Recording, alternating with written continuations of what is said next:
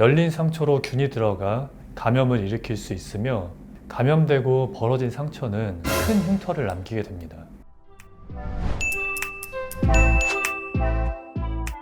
안녕하십니까. 오채환 성형외과 조은준 원장입니다. 저희 오채환 성형외과는 치료하는 성형외과로서 양성종양, 열상, 화상과 같이 치료가 필요한 피부 병변이 있을 경우 심리적 결과까지 고려해서 치료하고 있습니다. 오늘은 앞서 말한 저희 병원의 치료 분야 중에서 열상에 대해서 말씀드리려고 합니다.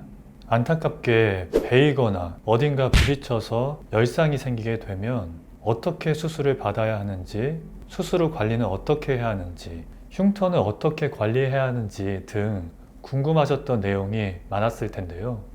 이런 궁금증에 대해서 답해드리는 Q&A 시간을 가져보도록 하겠습니다. 처음 다쳤을 때는 피도 많이 나고 상처도 벌어져 있어서 많이 놀라지만 시간이 지나서 지혈이 되고 상처도 피딱지 때문에 붙은 것처럼 보이면 병원에 가는 것이 무섭거나 귀찮아서 자연히 낫기를 기다리시는 분들도 있습니다. 그러나 벌어진 상처를 꿰매지 않으면 상처가 낫는데 시간이 오래 걸리게 되고 열린 상처로 균이 들어가 감염을 일으킬 수 있으며 감염되고 벌어진 상처는 큰 흉터를 남기게 됩니다. 그러므로 열상이 생기는 경우에는 꼭 병원에 내원해 진료를 받고 봉합수술이 필요한 경우에는 수술로 치료를 받으셔야 합니다.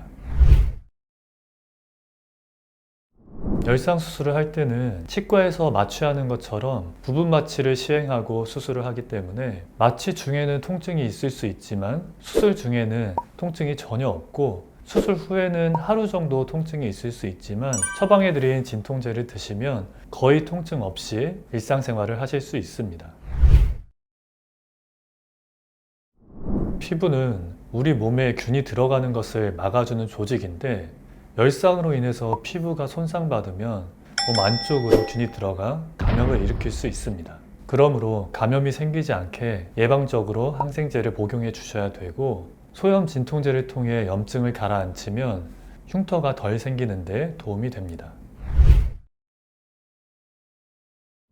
봉합 후 일주일 이내로 실밥을 풀지만 살이 단단히 붓기까지는 한 달 정도의 시간이 걸립니다. 그 기간 안에 봉합 부위가 강하게 부딪힌다거나 봉합 부위가 늘어나는 스트레칭을 하게 되면 상처가 다시 벌어질 수 있으니 주의해 주셔야 합니다.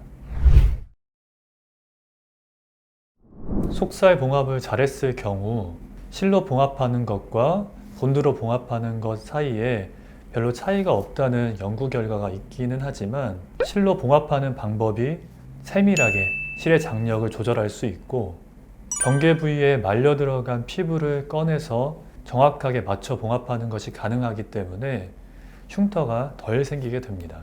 그러므로 저희 병원에서는 시간이 좀 더 걸리더라도 모든 상처를 실로 봉합하고 있습니다. 속살 봉합을 제대로 해놓지 않고 그러면서 상처가 다시 터지지 않게 하려고 두꺼운 실로 겉봉합을 하고 2주 뒤에 실밥을 푸는 병원도 있습니다. 이런 경우 실밥 자국이 남게 되고 그로 인해 보기 싫은 흉터가 생기게 됩니다.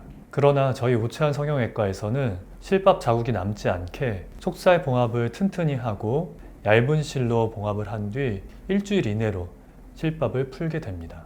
이런 치료 과정을 거치면 실밥 자국이 거의 남지 않게 됩니다.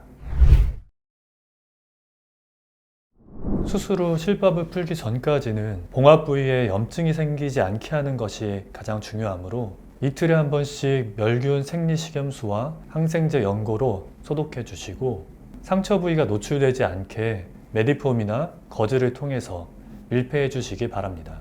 그리고 소독 부위가 물에 젖거나 더러워진다면 바로 드레싱을 갈아주시길 바랍니다. 앞서 말씀드린 내용과 약 복용을 잘 지켜주신다면 염증 없이 깔끔하게 상처가 나을 수 있습니다. 상처가 특별히 오염이 심하거나 손상이 심한 경우가 아니라면 집에서 자가 소독하시는 것만으로도 충분하고 실밥 풀기 위해서 한 번만 더 오시면 됩니다. 다만 상처가 심할 경우 의료진의 판단으로 병원으로 내원해 소독이 필요한 경우도 있습니다.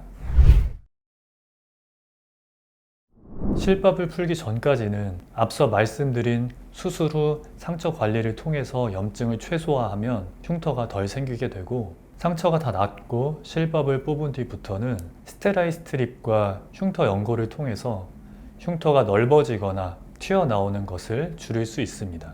관절 부위의 흉터나 비유성 반응, 켈로이드 체질이신 분들은 사진에서 보시는 것 같이 흉터가 튀어나올 수 있는데, 이런 경우에는 흉터 주사 치료를 통해서 흉터를 가라앉힐 수 있습니다.